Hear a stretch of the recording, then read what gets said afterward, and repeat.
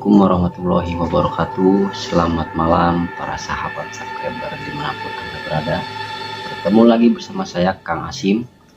Seperti biasa, seperti malam-malam sebelumnya, malam ini saya akan bercerita tentang kisah-kisah horor yang akan menemani malam-malam Anda supaya semakin mencekam dan semakin menegangkan. Semoga kisah-kisah misteri yang saya akan bawakan bisa menemani malam-malam Anda sebelum tertidur lelap. Oke, untuk malam ini saya akan membawakan kisah seorang mahasiswa yang sedang KKN di suatu desa. Jadi, untuk para sahabat subscriber yang baru melihat channel ini, jangan lupa like, comment, share, dan juga subscribe-nya. Dan aktifkan notifikasi loncengnya agar tidak ketinggalan video-video terbaru dari channel Asim Creator. Malam ini saya akan membawakan kisah misteri atau kisah horor yang berjudul Pocong Makam Keramat. Oke, tidak usah lama-lama, langsung saja kita saksikan cerita horor berikut ini. Salam horor.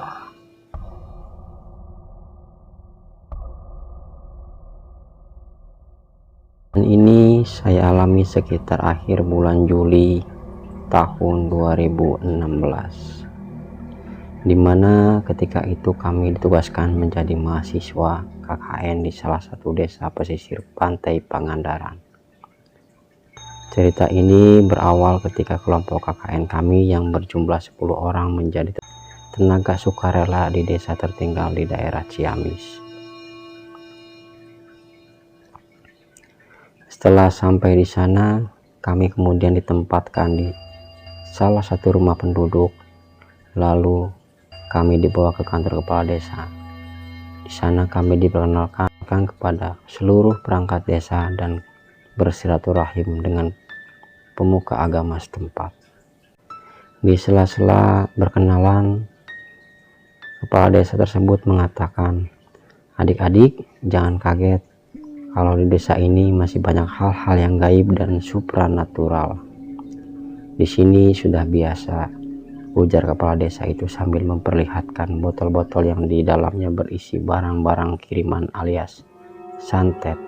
Selama ini dia menjabat jadi kepala desa. Kami yang notabene orang kota dan awam dengan masalah begituan cukup kaget dan ketakutan juga mendengar informasi dari kepala desa itu. Dan yang mengherankan dari desa ini, ketika kami melakukan survei tempat, ternyata 2-3 bagian dari desa itu dipenuhi oleh makam alias kuburan. Hingga di desa itu ada 3 kategori untuk kuburan. Ada kuburan biasa, kuburan tua, dan kuburan keramat. Suatu ketika, koordinator desa harus menyampaikan surat undangan rapat ke rumah Pak Kades. Jaraknya sekitar 2 jam perjalanan dengan menggunakan ojek. Rumah Pak Kades berada di puncak gunung yang kami tempati, dan harus melewati hutan pinus yang cukup lebat. Dan kata penduduk setempat, hutan itu cukup angker. Setelah menyampaikan surat dan berbincang-bincang sejenak, teman kami yang mengantar surat pun pamit pulang. Di tengah perjalanan, tukang ojek itu pun mengobrol dengan teman kami. "Den, kalau Aden lagi KKN, takut sama hantu enggak?" tanya tukang ojek. Ditanya seperti itu, temanku menjadi heran dan sedikit ketakutan. Pak, jangan ngomong yang enggak-enggak dong, kan serem. Kalau bapak sendiri takut enggak sama hantu?" tanya temanku. Itu sih kecil, di sini sudah biasa, Den. Tuh, di sebelah kanan dan kiri kita kan kuburan keramat semua, hehehe, kata si tukang ojek yang sepertinya sudah terbiasa dengan hal-hal yang aneh. Belum 10 menit dari obrolan mereka, Tiba-tiba mesin motor itu mati. Walaupun sudah berusaha untuk menghidupkan motor itu, namun tetap sia-sia. Beberapa saat kemudian, dor, ban motor itu meledak dengan sendirinya. Aneh, biasanya ban meledak atau kempes kalau menggila sesuatu. Aduh, kenapa Pak? Tanya temanku. Iya nih, kenapa jadi gini ya? Begini saja, Aden tunggu dulu di sini. Saya ke bawah dulu membetulkan ban motor ini, kata tukang ojek kepada temanku. Walau sebenarnya takut, tapi apa boleh buat. Akhirnya temanku itu mau juga menunggui motor itu di tengah hutan yang jauh dari mana-mana, sambil duduk dan istirahat di atas batu yang sudah berlumut. Temanku tak tahu kalau batu yang dia duduk itu adalah batu nisan, kuburan keramat yang sudah berlumut. Setelah setengah jam tukang ojek itu pergi, tiba-tiba angin berhembus dengan kencang. Samar-samar temanku itu melihat bayangan putih berkelebat di atas pohon pinus. Bayangan itu semakin jelas ketika sinar bulan menerpa tubuhnya. Dan makhluk itu seperti tertawa mengikik pelan dan sedikit mendesah karena tertiup angin. Hihihihihihihi. Temanku yang dari tadi komat kamit membaca doa, tiba-tiba pingsan dan mengompol di atas batu nisan tersebut.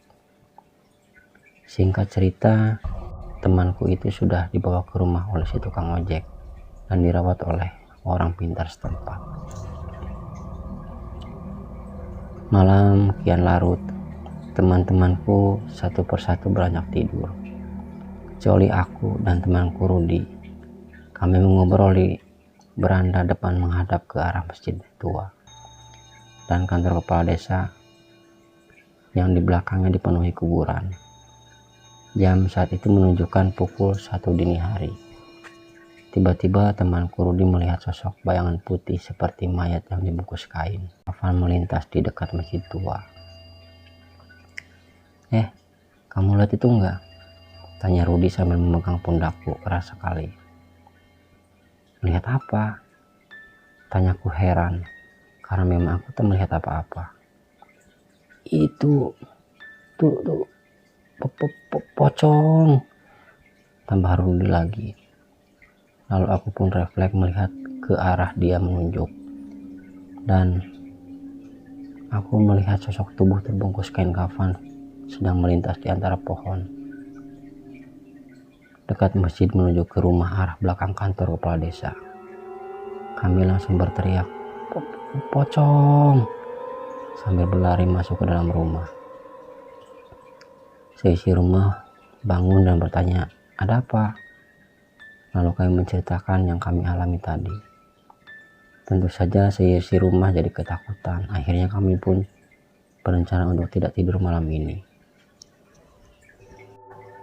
Tapi setelah jam 3 dini hari, ternyata rasa kantuk mengalahkan kami. Akhirnya kami pun tidur kembali di kamar. Kecuali si Rudi yang tidur di sofa kamar tamu, karena kamar tidurnya sudah penuh. Sekitar jam 4 dini hari, kami dikagetkan oleh teriakan Rudi yang keras sekali. Kami pun keluar kamar, dan di depan mata kami terlihat sosok pocong yang sedang duduk di sebelah teman kami itu. Tatapan matanya sayu, kulihatnya melepuh dan bernanah. Kami semua berserentak membaca doa, minta kekuatan dari yang di atas. Tiba-tiba sosok itu mulai mengeluarkan asap dan akhirnya menghilang dari pandangan kami. Kami sesaat terdiam, serasa di dalam mimpi. Setelah sadar, kami berusaha menolong teman-teman kami yang pingsan. Akhirnya kami sepakat untuk benar-benar tidak tidur, sambil bersama-sama membaca doa. Sekitar pukul 5:30 pagi, seusai kami sholat subuh, pintu rumah diketuk dari luar. Setelah dibuka, ternyata Pak Kosim. Kata beliau, kami disuruh datang ke rumah salah satu penduduk nanti siang, karena ada yang meninggal. Siangnya kami datang untuk melayat dan sekedar mengucapkan turut bela sungkawa. Setelah dipersilakan masuk, kami pun berdoa di samping jenazah. Namun betapa kagetnya kami setelah kami lihat orang yang meninggal itu wajahnya sama persis dengan pocong yang kami lihat tadi malam. Mungkin sekian untuk kisah horor malam ini. Terima kasih untuk para sahabat subscriber yang sudah menonton video ini. Jangan lupa like, comment, share, dan juga subscribe-nya. Bagi yang punya kisah-kisah horor dan misteri, silahkan komen di bawah dan biar nanti akan dibacakan oleh saya sendiri. Saya ucapkan terima kasih banyak. Selamat malam. Salam horor.